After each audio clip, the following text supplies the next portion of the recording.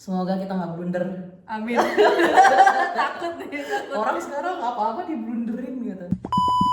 Hai semuanya, mohon maaf lahir dan batin. Hari ini kita mau ngobrol cantik. Ngobrol cantik. Ini paling cantik. Oke, kita mau ngobrolin tentang kuliah sebagai awardee.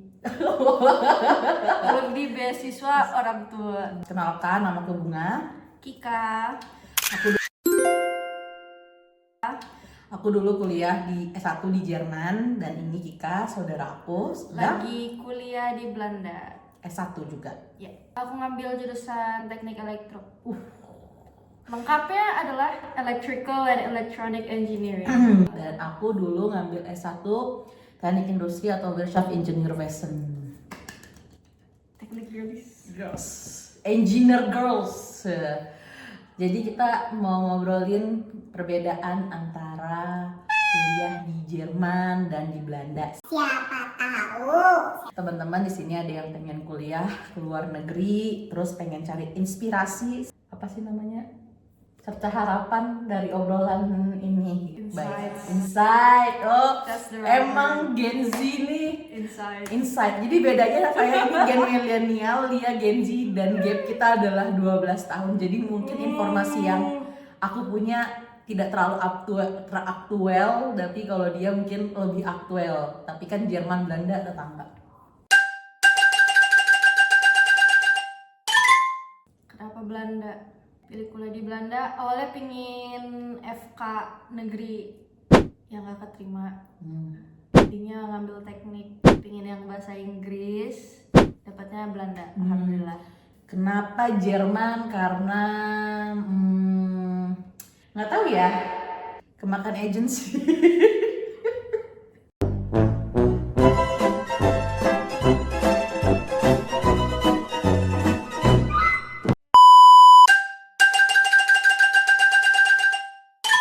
Kamu punya bayangan nggak waktu kuliah di Belanda tuh kayak gimana? Pas dari Indo gimana? Gak ada sih bayangan tertentu kira-kira Belanda gimana, tapi first impression pas baru menapakkan kaki kok dari airport tuh udah refresh banget.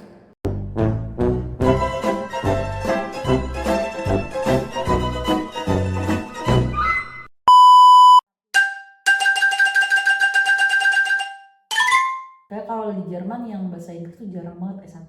Untuk anak internasional sih misalnya masuk kelas internasional berbahasa Inggris. Tapi banyak juga anak Belandanya yang warga negara Belanda bisa pilih mau masuk kelas yang internasional yang berbahasa Inggris jurusannya atau kelas yang Dutch. Oh, jadi ada dua kelas gitu ya? Iya, biasanya gitu. Tapi nggak semua jurusan itu ada buat anak internasionalnya. Soalnya kalau di Jerman rata-rata S1, misalnya apalagi jurusannya teknik ya, dan kalau kampusnya kampus negeri itu kebanyakan hampir semua pakai bahasa Jerman. Kecuali kalau S2 itu banyak tuh program pakai bahasa Inggris. Berarti tapi kamu bisa nggak masuk kelas yang Dutch doang? Nggak tahu ya bisa atau nggak. Oh, nggak tahu. Tapi kamu langsung dihitungnya ke Kelas internasional. langsung ke internasional. Oh, oke, interesting. Apply, dapat letter of acceptance (LOA), bayar, masuk kuliah. Ada tuition fee. Iya, tuition fee-nya. Kalau baru masuk ya. Kamu tuition kampusnya fee-nya. negeri atau? Negeri. Oh, negeri. Kamu Hochschule kan? Iya, Oh, sama, aku juga Hochschule. di Belanda Hogeschool.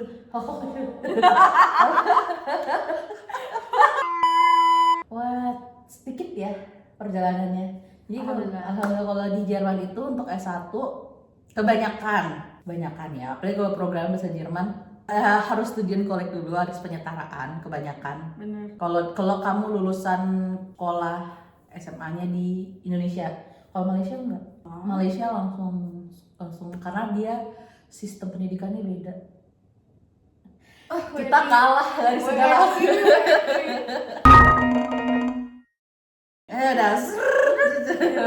Pendidikannya bagus. Ya, iri emang boleh.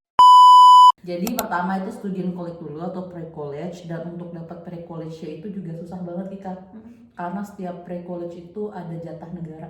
Buset. Jadi misalnya satu kampus orang Indonesia cuma jatah misalnya let's say 10 20 karena dia kelasnya dikit, bukanya nggak yang kayak banyak kan borongan gitu.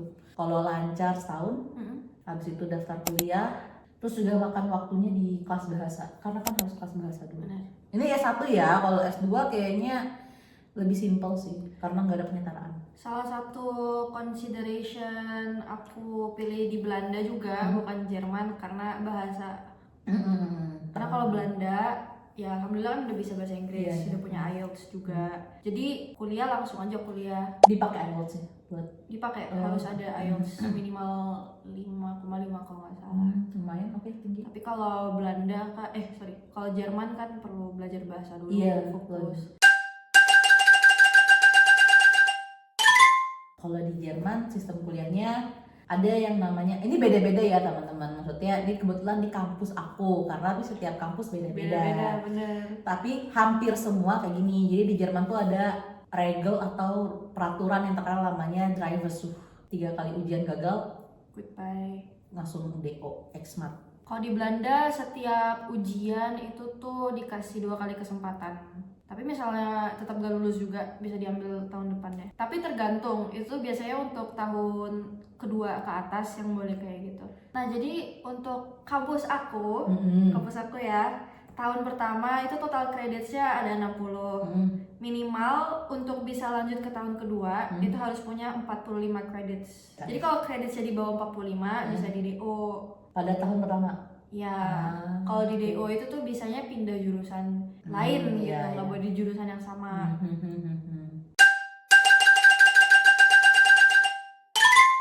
Nah, kalau di Jerman itu hampir semua, aku bilang kebanyakan yang negeri. Tapi sekarang tuh aku sempat dengar di beberapa bagian Jerman seperti Baden-Württemberg, habis itu Bayern, itu kuliahnya sekarang udah ada tuition fee. Tapi aku kurang tahu berapa harganya. Tapi dulu itu nggak ada tuition fee. Ada beberapa provinsi yang sekarang tuh harus wajib ada tuition fee. Tapi juga tuition fee-nya setahu aku tuh sekitar range-nya 1.000 euro sampai 3.000 euro per semester. Ya, which is kurang lebih sama kayak kuliah di swasta di Indo kali ya. Kalau di Belanda untuk Applied Science University kayak aku itu tuh dibagi 2. Ada yang humanities sama science. Biasanya bagian sosial lebih murah dibanding science. Kayak kalau di kampus aku, anak-anak yang ngambil bisnis, komunikasi tuh per tahun 9.000. Oke. 9.000 euro ya. 9.000-an euro. Tapi kalau ngambil teknik, nggak tahu ya kalau kimia, life science gimana. Mungkin iya juga. Kalau ngambil teknik pastinya itu 10.000-an. Per tahun Untuk applied university. Tapi kalau untuk research university kadang ada yang ngambil foundation jadi 4 tahun. Tapi itu per tahunnya dibagi 2 juga. Biasa yang social lebih murah, mungkin yang social sekitar 12.000, terus yang science 13.000. BTW bukan science gimana ya, yang aku tahu tuh cuma teknik sama bisnis komunikasi. Jadi kalau ada yang bilang gak kayak gitu kok, gak kayak gitu, udah kasih tahu gimana benernya. Sorry gitu. Ini kita pengalaman aja. Ya 13.000-an kalau yang teknik buat di atas research. 10.000 semua ya. Kurang lebih 10.000-an, bawah 10.000-an dikit ke bawah. Dikit ya. Average-nya 11.000. Pukul rata semua 11. Pukul rata 11.000 per tahun. Oke. Oh my god, ini topik yang sangat.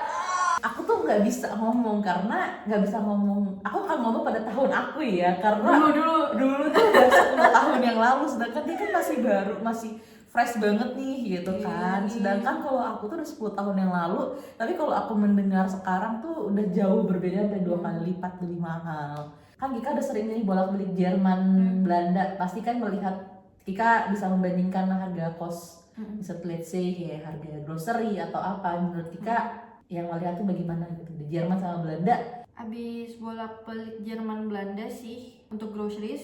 Murahannya Jerman lebih murah at least 20%. Oh, 20% murah. Jadi guys, teman-teman, setelah 3 bulan nyari housing di kota aku, padahal kota aku kota kecil gak terkenal gitu ya.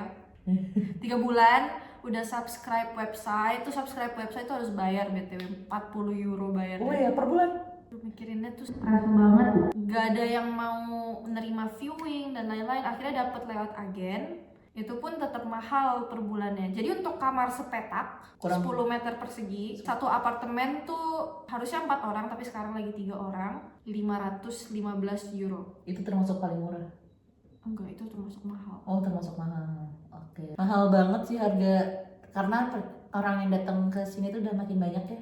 Kamu berapa kurang lebih sebenarnya? Kurang lebih nih gambaran aja. Kalau Living lagi cost per month. kalau lagi hemat, nih living cost, makan dan lain-lain ya.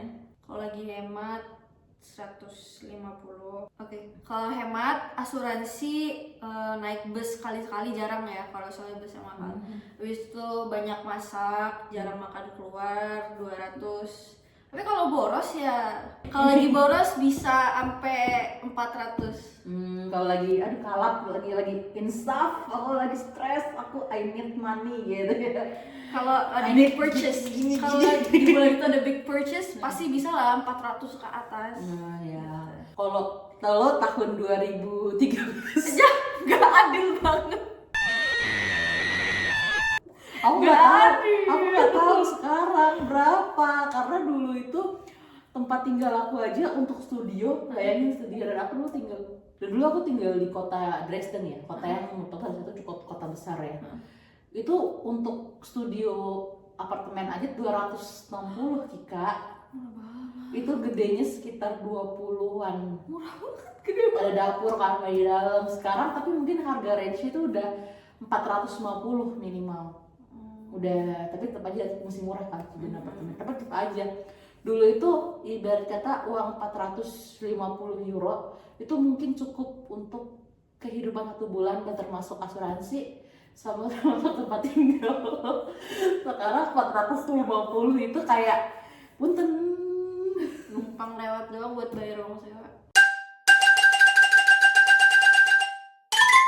Kalau di Belanda tuh anak internasional maksimal kerja 16 jam per minggu. Oh, anak internasional. Mau Iya. kerja apapun itu. Kerja apapun itu. Even kalau kerjanya di kantor itu juga. Iya, Oh. tapi beda cerita kalau judulnya magang. Karena magang itu tuh education. Jadi dia nggak termasuk part time. Tapi berarti dibedain dong ya internasional sama orang warga lokal. Berarti kalau warga lokal dia walaupun student bisa bebas dari Warga lokal European citizen European citizen. itu tuh bebas mau berapa jam. Oh. Siapapun yang European nationality bebas mau kerja berapa jam per minggu, mau berapa banyak kerjaannya bebas. Kalau di Jerman itu dia dibaginya alhamdulillah nggak per negara sih, tapi per status, dalam artian apa, kalau kamu student itu mau dia internasional ataupun enggak, biar nggak kena pajak, free pajaknya itu maksimal 20 jam per minggu. Oh. Di atas 20 jam per minggu dia dikenakan pajak. Nah, aku nggak tahu ya, itu aku nggak kuliah di Belanda, sedangkan kamu juga nggak kuliah di Jerman. Orang Belanda lumayan ramah-ramah sih. Ramah sih. Orang Belanda tuh Asli, semua orang Belanda tipenya straightforward, to the point. Tapi ramah. Ya mungkin biasanya mereka bisa dibilang agak rude gitu, nggak sopan ya, karena terlalu jujur. Tapi mereka juga ramah. Kalau di Jerman, ya aku udah bias sih Kak. Nggak apa-apa kamu. Enggak, aku udah bias. Maksudnya dalam artian kadang tuh menurut aku orang Jerman kayak gitu. Tapi kalau orang yang pertama kali ngeliat orang Jerman tuh kayak, ya orang Jerman tuh galak banget gitu ya sih, kayak Enggak galak. rude banget terdengarnya gitu loh.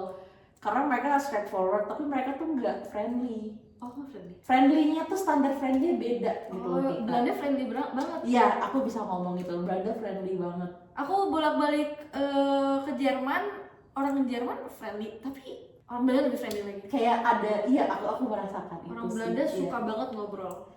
Tapi mungkin karena di Belanda itu mereka kan mereka bisa bahasa Belanda, tapi mereka sangat open sama bahasa Inggris. Iya benar. Sedangkan di Jerman tuh nggak semua kota open sama orang yang ngomong bahasa Inggris. Jadi misalnya ya ada aja kayak orang yang nanti ya lo di Jerman lo harus bisa bahasa Jerman, tuh ada aja sih gitu. Rasis ada nggak? Alhamdulillah sampai sekarang belum ngerasain. Tapi pernah ada cerita? Pasti ada lah yang di kota kamu? Iya. Pasti ada lah yang dirasisin. Iya sebenarnya mau dimanapun hal kayak gitu ada. Di Indo juga ada yang di Indonesia juga rasis sih cuman sebenarnya. alhamdulillah daerah rumah aku juga banyak orang Belanda, banyak orang Turki, orang Arab nyampur gitu. Jadi nggak pernah kena rasis di daerah rumah.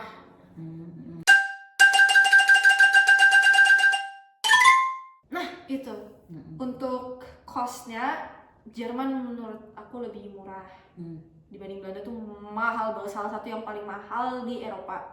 Tapi untuk ngomongin jarak dan lain-lain, Belanda tuh sangat sepeda friendly, kemana-mana naik sepeda. Habis itu Belanda itu kan kecil, kemana-mana deket. Jadi mau kota ini ke kota itu biasanya rata-rata 2 jam, jauh dikit 3 jam. Kalau mau ujung ke ujung baru itu tuh mahal, lama banget. Tapi kalau dari tengah ke ujung atau tengah ke tengah itu cepet nyampe nya. Kalau Jerman ini kan gede banget ya. Se-Kalimantan lah. Iya. Besarnya. Belanda kecil banget. Jadi tuh cocok kalau mau sepedaan. Nggak separah Belanda yang mendewakan sepeda. Dan Belanda mendewakan sepeda. Jadi kayak prioritas even di jalan itu prioritas itu sepeda, bukan pejalan kaki. Bukan. Lu ketabrak sepeda di jalan yang disalah. Bukan lu yang jalan kaki nih, Iya. bukan sepedanya gitu. Jadi itu sekian cerita kita tinggal di Jerman dan Belanda. Maaf kalau campur sari. Terima kasih sudah nonton. Waalaikumsalam. Ayo pulang-pulang beli mainan baru. Apa nih? Nanti beli auto. Kok bisa? Hah? Apa nih? Hadiah lebaran.